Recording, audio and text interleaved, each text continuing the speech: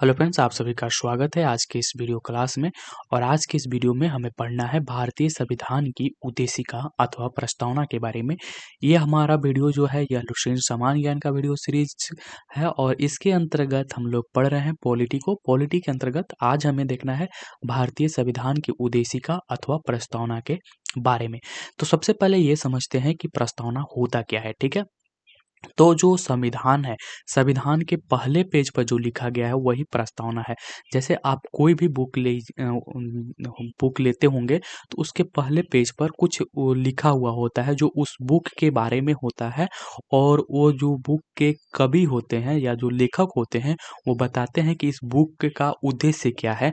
तो उसी तरह से संविधान का जो उद्देश्य बता रहा है कि आखिर इस संविधान के अंतर्गत क्या है और संविधान का उद्देश्य क्या है, उसी को हम लोग उद्देशिका या प्रस्तावना कहते हैं। ठीक है, तो ये संविधान का पहला पेज की तरह है। ठीक है, चलिए आगे देखते हैं। यहाँ पर नेहरू द्वारा प्रस्तुत उद्देश्य संकल्प में जो आदर्श प्रस्तुत किया गया उन्हें ही संविधान की उद्देशिका में शामिल कर लिया गया। देखिए, हम लोगों ने बात किया था कि जब संविधान सभा का गठन हुआ था तो यहाँ पर जो नेहरू जी थे उन्होंने एक उद्देश्य रखकर, एक उद्देश्य प्रस्ताव रखकर संविधान सभा के द्वारा संविधान की कार्रवाई को शुरू करते हैं। और ये 13 दिसंबर 1946 को अपना उद्देश्य प्रस्ताव रखते हैं। ठीक है, 13 दिसंबर 1946 को अपना उद्देश्य प्रस्ताव नेहरू के द्वारा संविधान सभा के पास रखा जाता है और संविधान सभा जो है वह 22 जनवरी, ठीक है, 22 जनवरी 1947 को, ठीक है, 1947 को उनके उद्देश्य प्रस्ताव को स्वीकृत कर लेता है, मंजूरी दे देता है। और उसी उद्देश्य प्रस्ताव को यहाँ पर क्या बनाया जाता है, अब संविधान की प्रस्तावना के रूप में उसका यूज कर लिया जाता है। ठीक है, तो यहाँ पर देखिए आगे बढ़ते हैं। संविधान के 42वें संशोधन 1976 ईस्वी द्वारा, ठीक है, 1976 ईस्वी द्वारा यथा संशोधित यह उद्देशिका निम्न प्रकार है। तो 42वें संशोधन जो हुआ था 1976 में, उसमें बड़े पैमाने पर भारतीय संविधान में संशोधन किए गए थे। ठीक है, कई चीज़ों को बदला गया था और उस बदलाव और उस संशोधन के बाद जो हमारा प्रस्तावना है वह इस प्रकार यहाँ पर लिखा हुआ है। ठीक है, तो प्रस्तावना कैसा है ये हम लोग, हालांकि आप सबको ये प्रस्तावना याद भी होगा। तो चलिए शुरू करते हैं और देखते हैं कि क्या हमारा प्रस्तावना है।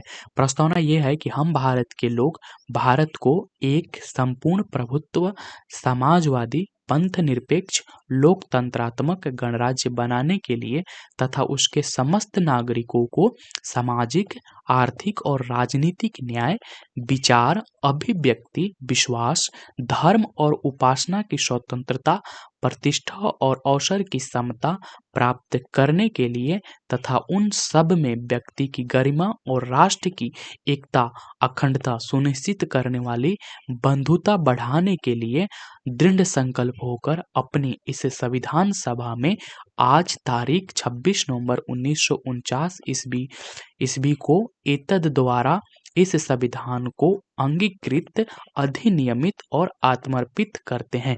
तो ये भारत का प्रस्तावना है, संविधान के प्रस्तावना है, जिसे हम लोग उद्देशिका के रूप में जानते हैं। और ये वही उद्देशिका है जो कि नेहरू द्वारा प्रस्तुत किया गया था संविधान सभा के समक्ष। चलिए आगे देखते हैं प्रस्तावना की कुछ मुख्य बातें। और यहाँ से आपको हर चीज को ध्यान में रखना होगा क्योंकि यहाँ से एक क्वेश्चन तो बनता ही बनता है। ठीक है, चलिए शुरू करते हैं। यहाँ पर है कि संविधान की प्रस्तावना को संविधान की कुंजी कहा जाता है। जो संविधान की प्रस्तावना है जिसे हम उद्देशिका भी कहते हैं, यह संविधान की क्या है, कुंजी है। ठीक है, तो संविधान की एक कुंजी है। अगर संविधान के किसी भी अनुच्छेद में जो चीजें अगर नहीं समझ में आए या संविधान की कोई भाषा समझ में ना आए तो उसके व्याख्या के लिए यहाँ पर संविधान की प्रस्तावना का उपयोग किया जाता है। ठीक है, चलिए आगे देखते हैं। प्रस्तावना संविधान का आरंभिक अंग होते हुए भी कानूनी तौर पर उसका भाग नहीं माना जाता है। तो जो प्रस्तावना है, ठीक है, यह संविधान का आरंभिक अंग है, लेकिन इसे कानूनी तौर पर मतलब कानूनी तौर पर उसका भाग नहीं माना जाता है, संविधान का भाग नहीं माना जाता है। यानी कि आप प्रस्तावना के आधार पर यहाँ प्रस्तावना के आधार पर न्यायालय में नहीं जा सकते हैं और उस पर बहस नहीं कर सकते हैं प्रस्तावना के आधार पर किसी भी केस में, ठीक है?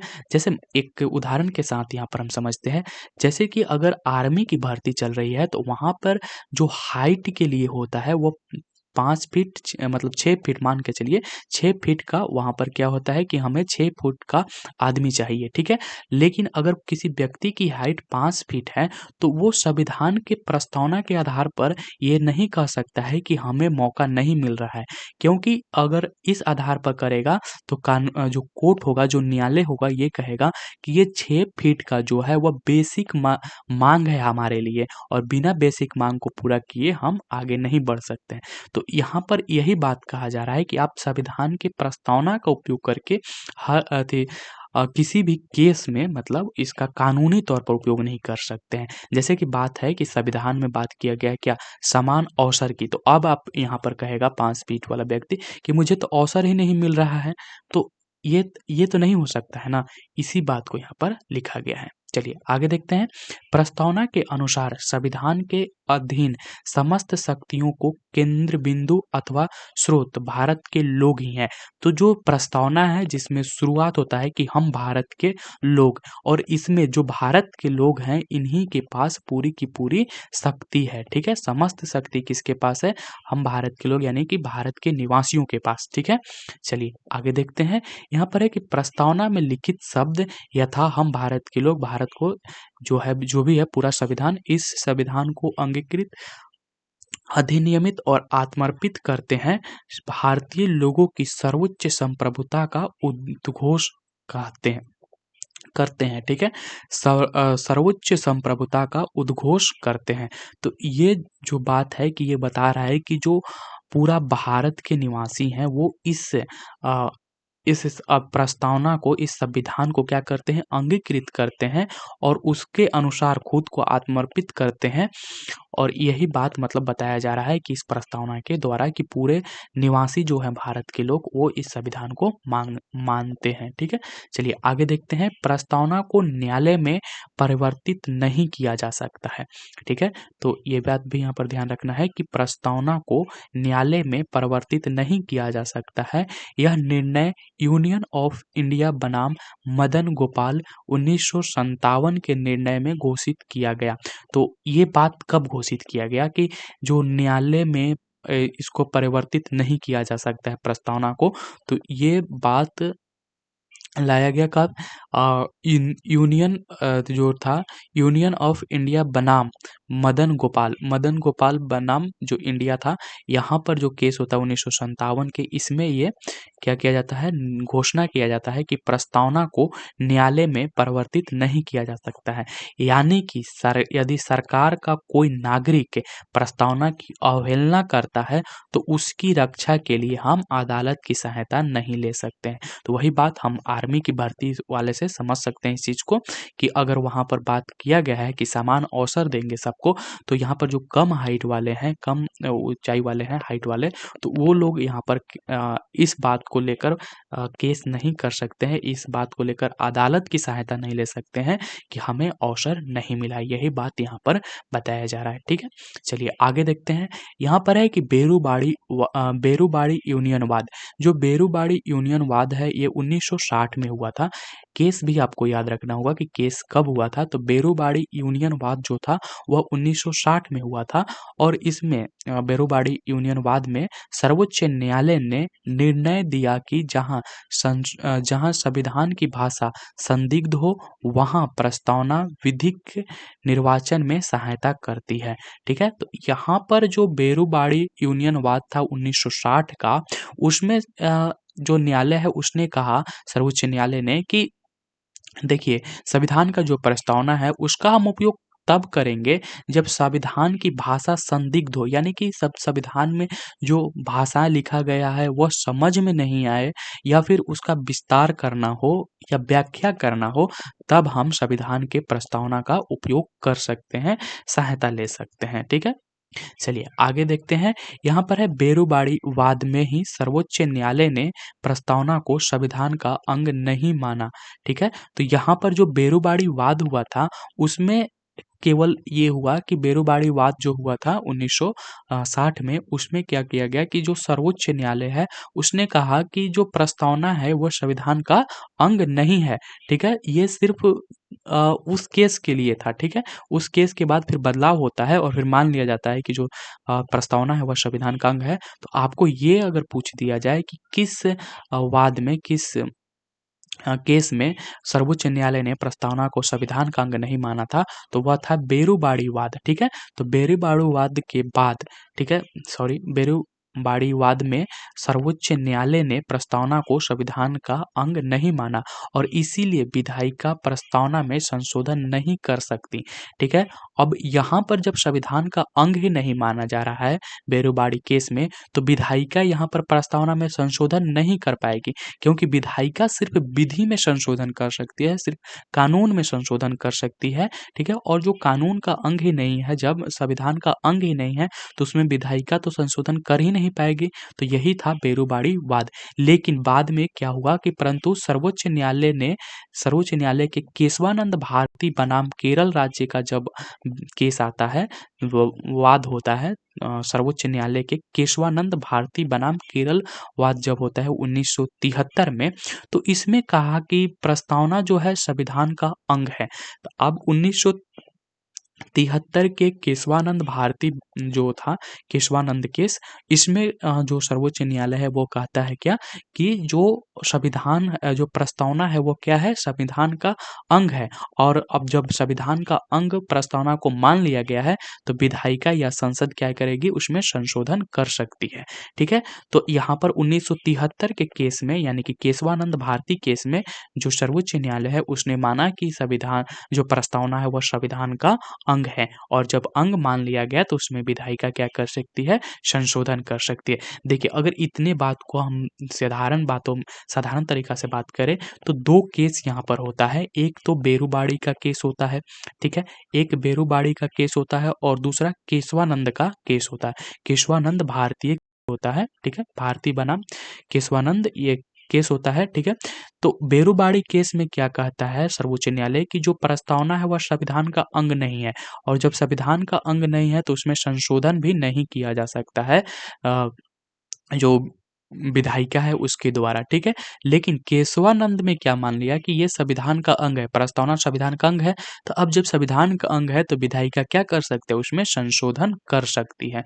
ठीक है, तो यही बात, इतना चीजें हमें ध्यान में रखना है। चलिए आगे बढ़ते हैं। केशवानंद भारती वाद में ही सर्वोच्च न्यायालय ने मूल ढांचा का सिद्धांत, थ्योरी ऑफ बेसिक स्ट्रक्चर दिया और इस प्रस्तावना को संविधान का मूल ढांचा माना।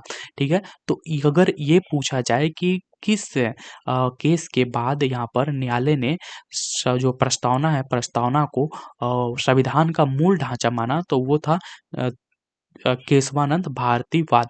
ठीक है, तो केशवानंद भारती वाद में जो सर्वोच्च न्यायालय है उसने जो प्रस्तावना है उसको संविधान का बेसिक स्ट्रक्चर मान लिया। ठीक है, तो मूल ढांचा मान लिया, यानी कि अगर मूल ढांचा कहने का मतलब ये है कि जो संविधान के बाकी जो भाग में जो कानून लिखे गए हैं, जो अनुच्छेद लिखे गए हैं, उनका जो आधार है, ठीक है, आधारशिला जो है वो प्रस्तावना है। ठीक है, चलिए आगे देखते हैं। संसद संविधान की मूल ढांचा में, जो संसद है, संसद संविधान की मूल ढांचा में नकारात्मक संशोधन नहीं कर सकती है। स्पष्टता संसद वैसा संशोधन कर सकती है जिसमें मूल ढांचा का विस्तार एवं मजबूतीकरण होता है। तो एक बात और भी ध्यान रखना है कि चूंकि प्रस्तावना जो है वह संविधान का बेसिक स्ट्रक्चर है, ठीक है, मूल ढांचा है, तो मूल ढांचा में कोई परिवर्तन नहीं किया जा सकता है, मतलब नकारात्मक परिवर्तन नहीं किया जा सकता है, उसमें सकारात्मक परिवर्तन किया जा सकता है। मूल ढांचा को मजबूत करने के लिए, उसको विस्तार देने के लिए उसमें परिवर्तन किया जा सकता है, लेकिन नकारात्मक तरीके से नकारात्मक संशोधन उसमें नहीं किया जा सकता है। तो ये बात आपको ध्यान में रखना होगा, क्योंकि जो संविधान की प्रस्तावना है वह संविधान का बेसिक स्ट्रक्चर के रूप में माना गया है। ठीक है, चलिए आगे देखते हैं 42वें संविधान संशोधन अधिनियम 1976 के द्वारा इसमें समाजवादी, पंथ निरपेक्ष और राष्ट्र की अखंडता शब्द जोड़ा गया। चूंकि हम लोगों ने शुरू में ही बात किया था कि 42वें संशोधन 1976 में कई सारे सुधार और संशोधन किए गए और उन सुधारों के बाद जो हमारा प्रस्तावना यहाँ पर हम लोगों ने पढ़ा भी अभी, तो वो 1976 के 42वें संविधान संशोधन के बाद ही का प्रस्तावना था, ठीक है? और जो 42वें संशोधन था, उसमें कई सारे सुधार किए गए और उसमें सबसे पहले प्रस्तावना में 3 शब्द जोड़े गए। एक कौन-कौन से शब्द थे? तो पहला था समाजवादी, दूसरा था पंथ निरपेक्ष और तीसरा था राष्ट्र की अखंडता। तो ये 3 शब्द मूल प्रस्तावना में नहीं थे, इनको 42वें संशोधन के तहत जोड़ा गया था, जो कि 1976 में हुआ था। संविधान का 42वें संशोधन 1976 के तहत 3 शब्द को जोड़ा गया प्रस्तावना में, समाजवादी, पंथनिरपेक्ष और राष्ट्र की अखंडता।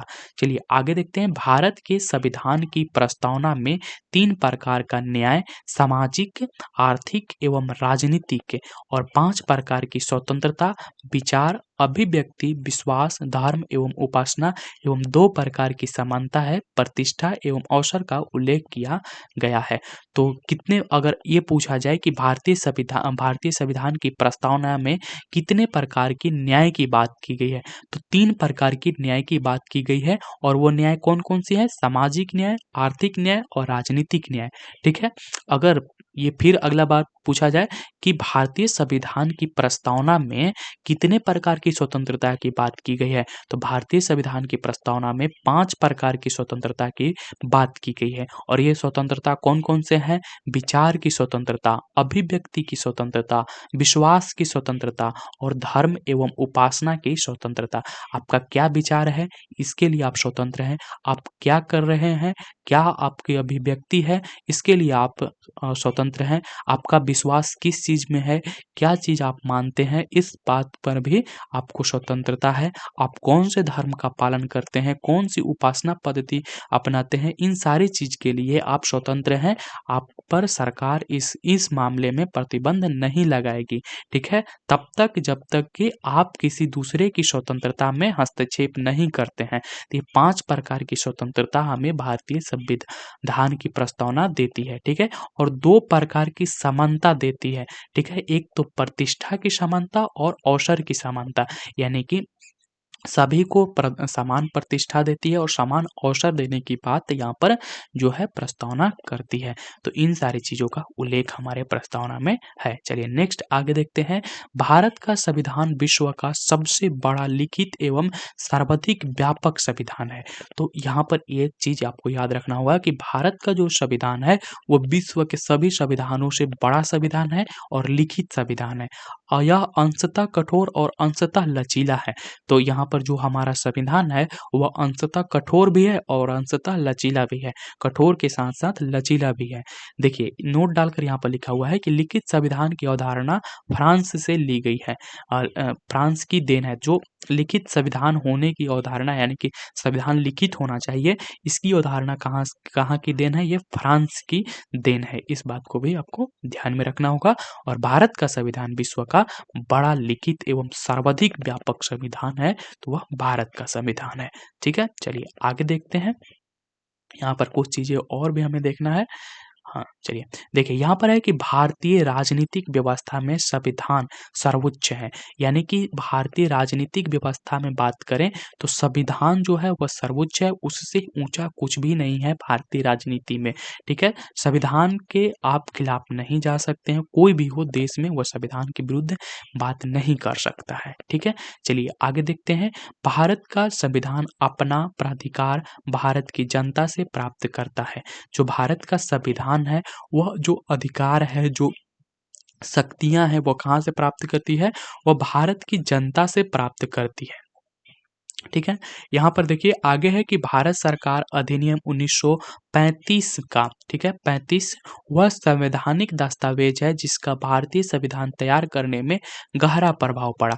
तो हम लोगों ने जब 1935 का भारत शासन अधिनियम पढ़ रहे थे, वहाँ पर हम लोगों ने बात किया था कि यहाँ से कई सारे चीज़ों को वैसे कि वैसे ही भारतीय संविधान में उपयोग कर लिया गया है। तो वही बात यहाँ पर बताया जा रहा है कि भारत सरकार अधिनियम 1935 जो है वह संवैधानिक दस्तावेज है जिसका भारतीय संविधान तैयार करने में गहरा प्रभाव पड़ा था, यानी कि यहाँ से कई सारे चीज़ों को लिया गया था भारत सरकार अधिनियम 1935 से। ठीक है, चलिए आगे देखते हैं। भारत के संविधान में संघीय शासन शब्द का प्रयोग कहीं भी नहीं किया गया है। संविधान में भारत को राज्यों का संघ घोषित किया गया है। तो भारतीय संविधान में कहीं भी संघीय शासन शब्द का प्रयोग नहीं किया गया है। यहाँ पर प्रयोग किया गया है राज्यों का संघ। ठीक है, भारत के संविधान को, यहाँ जो भारत की संविधान है, संविधान में भारत को राज्यों का संघ घोषित किया गया। तो भारत क्या है, राज्यों का संघ है। और एक और शब्द है जो कि संघीय शासन व्यवस्था, संघीय शासन, इस शब्द का प्रयोग भारत के संविधान में नहीं किया गया है। तो दो चीज यहाँ पर हमें ध्यान में रखना है। एक तो संघीय शासन शब्द जो है वह भारतीय संविधान में कहीं भी उपयोग नहीं किया गया है। और जो जो संविधान है, सॉरी, जो संविधान में भारत को जो है, भारत को राज्यों का संघ घोषित किया गया है। ठीक है, तो आज के इस वीडियो को हम यहीं पर समाप्त करेंगे। जो हमारी नेक्स्ट वीडियो आएगी वो है भारतीय संविधान में विदेशी स्रोत, यानी कि हम लोग देखेंगे कि संयुक्त राज्य अमेरिका से हम किन किन चीज़ों को ग्रहण किए, ब्रिटेन से क्या क्या चीज़ें ली गई है संविधान के अंतर्गत, आयरलैंड से क्या ली गई है। तो ऐसे करके कुल 9 या 10 प्रमुख देश से जो चीज़ लिए गए हैं उनके बारे में हम लोग अगली वीडियो में बात करेंगे, जो कि भारतीय संविधान के विदेशी स्रोत है। ये नेक्स्ट हमारा लेसन होगा। ठीक है, तो मिलते हैं अगली वीडियो में।